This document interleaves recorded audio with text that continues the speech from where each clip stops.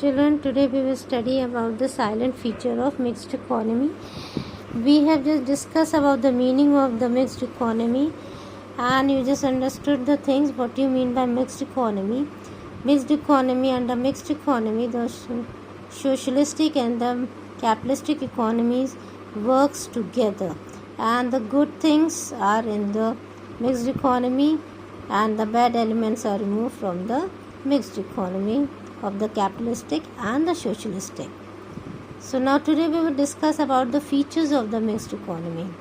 First point, we discuss about the coexistence of private and the public sector. As you know, the private means the individual or the personal is there, and the public sector means where the government is the owner of the things. So in mixed economy, the private and the public sector works together. In public sector, industries of national importance are set up, such as defense industry, basic industry, or you can say the heavy industries are there, power generation, etc. While in private sector, consumer goods industries, agriculture, small scale industry are developed. The sole objective behind the promotion of both sectors is to reap the benefit of the both and to help each other. Now you children just see it. Why the basic industry and the defense industry or the power generation industry in the hand of the government? Because these industries needs a huge amount of money or the capital, and private sector cannot invest the money. So only the government sector or the public sector can invest the money on these areas. Coexistence of price system and economic planning. And you just see in the mixed economy, first the government makes the plan, whether the central government or the state government, both the governments make the plan, and then it is implemented in the economy. The main features of such an economy is that both the private price system and economic planning are in operation. Plans are made by mainly from the public sector. Public sector means the government just make the plan and then it is implemented. For the private sector, planning is in the form of various incentive, disincentive through monetary, fiscal, trade and other policies.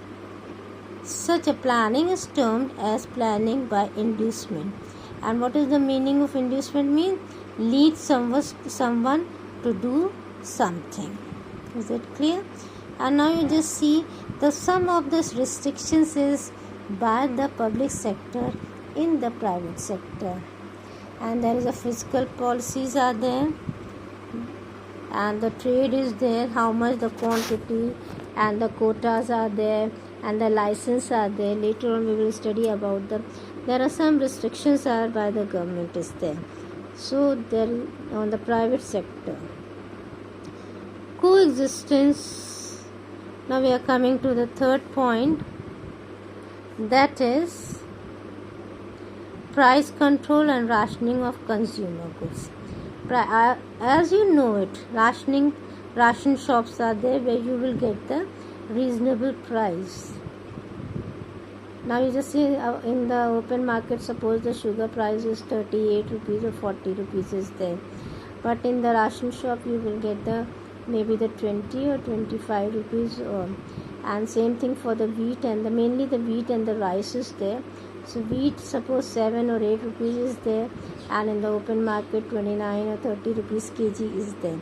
So what happened when the price of the commodities or goods are increasing in the open market, then government supply it in the ration shop and people can purchase it from the ration shop, and then the government is able to control the prices. Price ceiling and supplies. The commodity in limited quantity. As reasonable price through ration shop. This is called the rationing in the way. The role of the government. Fourth point is the feature is the role of the government. In a mixed economy, there is a positive role in the government by the way of some control and regulations. So there is some control and regulations to regulate the private sector. Government cannot give the full freedom to the private sector. They have to just follow some rules and regulations or norms are there which is given by the government, and the private sector has to follow them. Private sector is regulated to promote the larger welfare interest of the entire economy through non-intervention policy is followed. Then reduction in inequality of incomes and wealth. Now you just see how the government is removed the disparities, means the differences of the distribution in the income and the wealth. So there is a differences are there. So the government, what do the government just do the equality, and the state by adopting the system of progressive taxation. So how the government is just making the balance. Progressive taxation means as your income is increasing, the tax rate is also increasing. Suppose you are getting the 10,000 salary, so you are just giving the 500 tax. Now you are getting the 50,000, so you have to give the 3,000 or 4,000 tax. So as your income is increasing, you have to give the more taxes. This is called the progressive taxes. Progress means increasement. Then levy of death duties, tax, fees or fine. They try to reduce unequal distribution of income and wealth is there. Now children, we are coming to the merits. So there are 5 features in the mixed economy, and then we are coming to the merits of mixed economy. Advantages are there. Is it clear? What are the advantages are there of the mixed economy? Proper allocation of resources. So whatever the resources are there, properly allocated with the planning. Without planning, if you do something, you will be failed. So if you want to achieve something, so you have to make a plan, and then you, according to the plan, you have to work out, and then you will get the result, good result or the best result. Resources of the economy are utilized optimally. So whatever the resources are there in the economy, nothing will be ideal. They are fully utilized. Resources are appropriately divided among the public and the private sector, keeping in mind the overall interest in the economy. So whenever the government is doing the work, government just keep it in mind for the welfare of the society or the citizen of the country. So for the welfare of the citizen of the country, whatever the resources are there, government distributed or just give the opportunity to the private sector as far as the public sector to do the work properly. Possibility of avoiding business cycle. Now you just see what you mean by business cycle. There is ups and downs in every economy, whether the mixed economy, socialistic economy, or the capitalistic economy, developed economy, underdeveloped economy. So there is a business cycle. Now you just see the inflationary means when the prices of the commodities or general price rises is rising very fast, and deflationary means when the prices of the goods are decreasing. The planner can resist a temptation to invest too much at the time of boom. When the boom means when the demand of the goods are there, so the production can be increased, and to reduce in investment too much during the depression when the commodities demand is decreasing. At that time also what happened, the production can reduce it. In a mixed economy, therefore, the problem of business cycle is such less acute than in a market economy. Then suitable for to growth requirement of less developed countries. In any less developed economy, shortage of infrastructure means the basic facility. For every economy, if the economy wants to develop or developing is there, so basic facilities should be there in the economy. If the economy is not able to avail the basic facilities are not available in the economy, it is very hard to just get the developed things. First one, you just see the transport facilities, communication facilities, generation and distribution of electricity can be met by public sector. Public sector, the government sector has to provide these basic facilities. At the initial stage, initial means in the beginning of economic progress, expansion of such infrastructure facilities require huge investment. Huge means the very vast, very high investment. But private sector is not interested to undertake such investment projects because these needs a high project, high need money more, and that's why what happened. They are not able to. Private sector is not able to invest the money or the capital in these projects.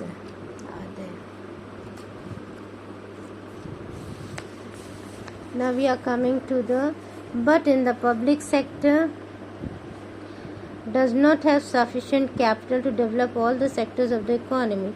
Private sector is allowed to operate the agriculture, industrial and service sector. Hence mixed economic system suits the growth requirement for such less developed economy. Social interest and the welfare. The mixed economy will also be secure the main advantage of socialist economy. In public sector, social interest and welfare replace self-interest and private matter. What happened? Generally, people are having in the capitalistic for the self-interest is there. Now the public sector or the government is doing for the social interest and the welfare of the society. There is no self-interest of the government is there, or there is nothing is private profit is there. So whenever the government is investing the things in any project, there will be no profit will be there. The government will think that they will get the more profit, then they will invest it. No, it's a need of the economy, so the government will invest the money or the capital. So it is for the welfare of the society or development of the economy is there. The government undertakes measure to check the production of harmful goods. Now you just underline the harmful goods are there. Suppose the alcohol is there, tobacco is there, cigarette is there.